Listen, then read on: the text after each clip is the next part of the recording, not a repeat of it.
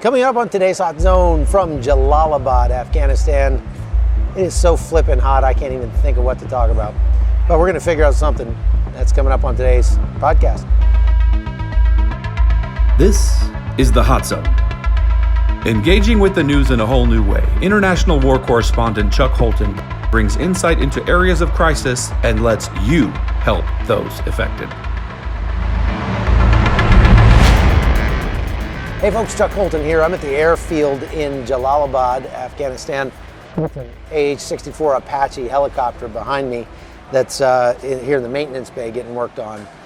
Today I've been touring around and meeting some of the maintainers that take care of these amazing aircraft. That, I don't know about you, but to me that just looks like death right there behind me. It looks like somebody's really bad day. And you'd hate to be on the receiving end of one of those, I can promise you that. But it's hard to even find a way to describe how unbelievably hot it is right now. It is so hot here. It is so incredibly hot that I'm about to forget my name, I think. It's like Africa, Las Vegas, Florida in July, inside your car hot. Yeah, you want to know how hot it is here? Just close yourself in your car on a really sunny day for about an hour and a half, and that's kind of how hot it is right now, even in the shade. You go out there in the sun, it's like somebody has a blowtorch on your skin. It's just so incredibly hot. Here in Jalalabad, it's only 1,200 feet above sea level, and so it's also humid, and that makes it just that much worse. It's hot in Bagram, but Bagram is a mile high almost, so it's not near as bad. It's a lot drier up there, and here it's just, man, you walk around outside and you just go, I'm melting. I'm literally melting here. This is, I want to give you a sense of what guys like this are doing out here maintaining these aircraft, because this is not an air-conditioned hangar that we're in. This is a hangar out in the hot sun that sort of concentrates and magnifies the heat for these guys as they're working on these aircraft, and gives me a new, profound sense of appreciation for the sacrifices that these guys make every day in the war zone. I haven't heard anybody complain. I'm the only one out here complaining, but that's okay.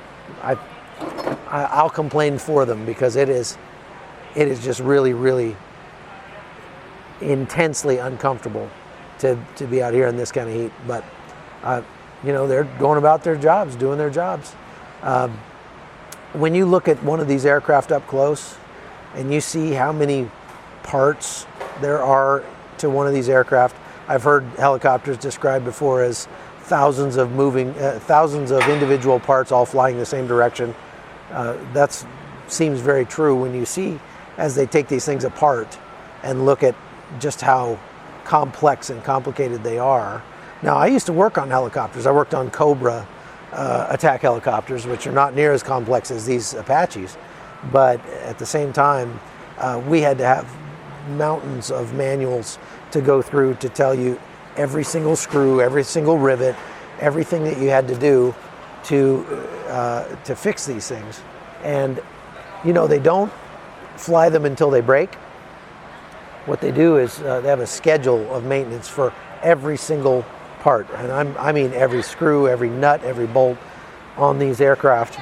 And they somehow have figured out how long each of those parts can function before they break. And then let's say they figure out that this particular nut or bolt, this part right here, let's say that it will last 2 years of normal use, or so many hours. Let's say 1,000 hours of use on the aircraft. Well, they keep track of every hour this thing is used, and then they will use it 1/3 of that, and then they replace it. So nothing will ever spectacularly fail unless there's just something goes wrong, right? And they do that because they put a real premium on the lives of the guys flying these things. And you realize that these maintainers, they don't get to go out and have the fun. They don't get to do the sexy stuff, go fly these things around and have a good time in them. They're here in these bays day in and day out, fixing these helicopters so somebody else can go fly them. And to me, that means that we should give them an extra amount of honor, because they're doing the dirty, distasteful work so that other people can go and do the really sexy stuff. And I did that before I got to go learn to fly the Scout helicopters that I flew back in the 90s. My son went through the same course I did at Fort Eustis and became a maintainer on the Blackhawks before he became a crew chief. He had to work his way up and pay his dues so that he could become a crew chief and go fly now out there in Afghanistan. And anyway, so this is my second real day with the 1st of the 501st and 2nd of the 501st Combat Aviation Brigade out of Fort Bliss, Texas. And as you probably know, there was just a really horrific mass shooting at a Walmart there in near Fort Bliss in El Paso. And actually that Walmart is the Walmart that many of these troops and their families shop at. And so these guys were all in the really ironic position a few days ago of having to call home to their families in the States to find out if they were okay from the gunfire, from the violence that happened at that Walmart, when normally you would think it'd be the other way around. They'd be calling here to find out if these soldiers were okay in the battle. And in reality, there's not a lot of fighting going on in and around this base. They do get indirect fire from time to time. They get a few mortar rounds that come in, but there's a lot of bunkers around the base, so that if you hear the call come over the loudspeaker, incoming, incoming, incoming, you drop to the ground and wait for that bomb to go off, because if you try to run for shelter and it goes off near you, that's how you get cut down. Those indirect fire, whether it's a rocket or a mortar round or whatever, they explode upwards and outwards in kind of a flower shape. And so the safest thing you can do if there's incoming rounds is just to get flat on the ground, and then even if you're fairly nearby, the explosion should go up and out and go over the top of you. But if you run to try to get to someplace safe, there's a good chance you could get cut down. They had that happen actually not too long ago here. So that doesn't happen very often. It hasn't happened since I've been here. But when it does, these people know what to do. And so in reality, they're pretty safe. There's not a lot of them that have to leave the base. Not a lot of them that have to go out and engage the enemy, because that's mostly being done by the Afghan police and military right now. And we operate, we as Americans operate in more of an advise and assist role. So we have people that are advising their leaders on strategy and tactics and training and that sort of thing. And then we assist them. That's one of the things that these guys do. Is, if the Afghan troops get into a big firefight, one of these Apaches will go out and support them by fire if they call for it.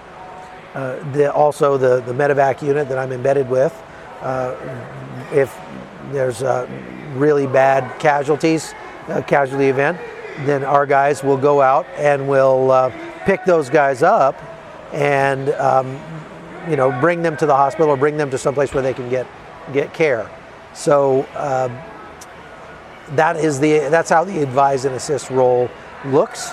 And what that means is that our troops don't really have to leave the base very often and put themselves at direct risk of the number one killer and maimer of U.S. troops throughout the war in Afghanistan has been roadside bombs. And so we don't face a lot of roadside bombs anymore because we don't have a lot of troops going outside the wire. Those who do go outside the wire, however, are facing that kind of danger on a daily basis. And the 12 that I know of, 12 deaths that we've suffered in Afghanistan so far this year have come either as a result of direct fire, which is gunfire, or as a result of roadside bombs. There were 2 Marines and a contractor that were killed just outside the base of Bagram a few months ago when they drove out there and got hit with a roadside bomb. Those things still present a risk for anybody that's out driving around. It's really interesting to sit around and talk with these troops and come to understand, their mindset here. They're fortunately, I think very fortunately for them, they're saved from the divisive political environment that you see in the United States. You just don't find that here in Afghanistan among the troops. These guys are focused on doing their jobs. They're doing them well. They are probably working 15-hour days on average, at least 6 days a week, sometimes 7. And in so doing, they don't really have time to argue about politics. And when you're in the military, you just do what the commander tells you to do, and politics don't really enter into it. And it's actually kind of refreshing to come to a place where that's the case. When you turn on the news and you watch just how partisan the news is in the United States, it really is kind of disgusting. And you're out here and you see you come here and you get a sense for the true cost of the freedom that we enjoy, the lifestyle that we enjoy in the United States, because these people are sacrificing so that we can continue to live that way. And there are a lot of people that wonder if it's worth it for us to be here. Well, these people don't. The people that are here, they don't have to suffer those kinds of questions because they've got a helicopter to fix, they've got a wounded guy to attend to, and that keeps them busy so that they don't have to focus on those things. And you kind of really get a sense for how petty those political divisions are. When you're talking about, there's people just outside the wire that would love nothing more than to destroy you and your family, that would love nothing more than to murder every person on this base.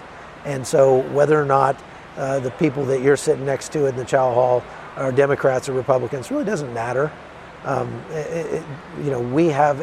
There's a common purpose, there's a common direction. And I think one of the reasons why we see so much trouble with veterans when they get out of the military or they come back from the war zone committing suicide is because when you're here, you have that driving purpose, something bigger than yourself to keep you going, get you out of bed in the morning, a reason to get out of bed in the morning. And your life is very simplified. It's very regimented. You go to work, you do your job. There's not a lot of relational issues. There's not bills, girls, all those kinds of things that you have to deal with. And then you go home and your car insurance got canceled and your girlfriend is mad at you, and there's all those little urgencies of life descend upon you, trying to pay your bills and trying to make ends meet and all that kind of stuff. And it's really difficult to get back into that kind of a lifestyle. I can see why people enjoy being here, even though it is very miserable from a creature comfort standpoint. There's a lot you can't do. You're stuck on the base a lot of the time.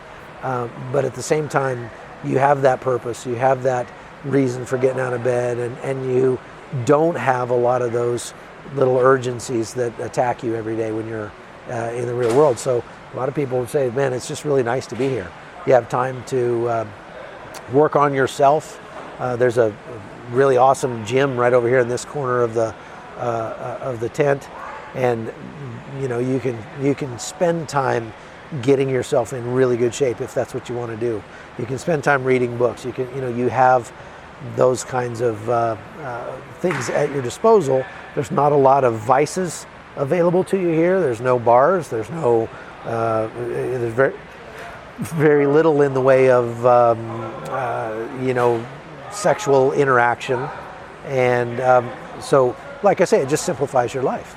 And not only that, but you're making pretty good money, and you get to save a lot of that money because there's not a lot to spend it on over here, and that's a good thing too. So anyway, that's where we are today. And I just wanted to give you a sense of kind of what these guys are facing. So thanks for watching. Thanks for being part of the Hot Zone. And I'll be back again tomorrow. I'm Chuck Holton. We'll see you. The Hot Zone is produced by Amy Holton and Livefire Media. Copyright 2019.